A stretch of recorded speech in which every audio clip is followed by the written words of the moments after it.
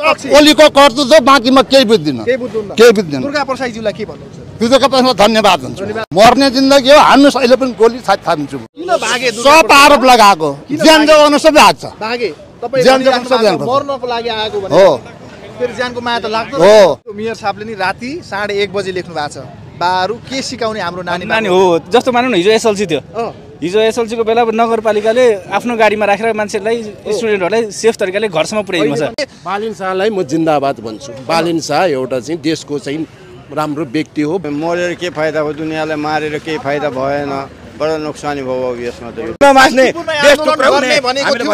शान्तिपूर्ण आन्दोलन छ तपाईहरुको शान्तिपूर्ण हाम्रो आन्दोलन शान्तिपूर्ण थियो यहाँ के भयो भन्दाखेरि घर धनीलाई पनि थाहै नदिएर पुलिस घरको छतमा गएर चाहिँ त्यहाँबाट असुर ग्यास हान्यो टियर ग्यास हान्यो पेस्तोल पनि साथमा छ पेस्तोल सर्वसाधारण नागरिकले पेस्तोल बोक्दैन यिनीहरूबाट चाहिँ यो आन्दोलन यो राजावादीहरूको आन्दोलन यो नागरिकको आन्दोलन चाहिँ यो बिथोल्नको लागि यिनीहरूले प्लान गरेर षड्यन्त्र गरेको हो भित्र लुटपाट भएको छ भित्र पेस्तोल सहित हामीले देखेका छौँ भिडियो फुटेजहरुमा हजुरले हेर्नुभयो होला सामाजिक सञ्जालमा मर्ने जिन्दगी हो हान्नुहोस् अहिले पनि गोली थामिदिन्छु म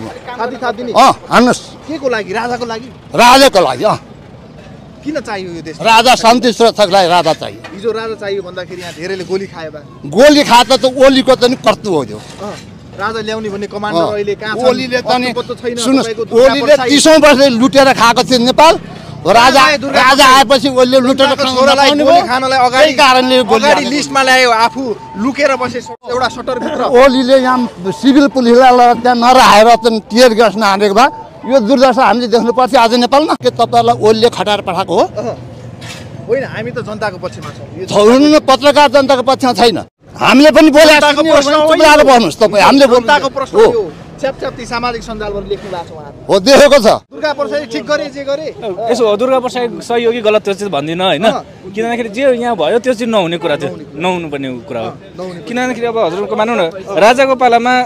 राजा हटाए किन गणतन्त्र चाहियो भनेर गणतन्त्र यस्तो हो भने चाहिँ चाहिएन सिधा कुरा यस्तो अवस्था भयो भने राजा चाहिन्छ दर्शकबिन नमस्कार अनि हार्दिक स्वागत छ यतिखेर हो खबर हेर्दै हुनुहुन्छ म मनोज श्रेष्ठ यतिखेर हामी तीनकुनेमा आएका छौं र हिजो रण मैदान बनेको यो तीनकुनेको अवस्था के छ भनेर तपाईलाई देखाउनको निम्ति आएका छौं भने देख्न सक्नुहुन्छ अहिले पनि कर्फ्यू जारी छ नेपाल आर्मी नेपाल सेना तपाईले चोकचोकमा देख्न सक्नुहुन्छ सुरक्षाको निम्ति उहाँहरु खटिराख्नु भएको छ महानगरको टिम पनि सरसफाइमा एका बिहानैदेखि खटिराख्नु भएको छ धेरै जनताहरु आवत जावत गरिराख्नु भएको छ तर ठाउँ यतिखेर जुन रणमैदान बनेको थियो यहाँको अवस्था फेरिएको छैन यहाँ अहिले पनि जे पनि हुन सक्ने भनेर हाई अलर्टमा राखिएको छ कर्फ्यू गराइएको छ तपाईले देख्न सक्नुहुन्छ नेपाल आर्मी नेपाल प्रहरी एपीएफ को टिम सडकमा सुरक्षा शान्तिको लागि खटिराख्नु भएको छ यतातिर धेरै मानिसहरुको घुइँचो लागेको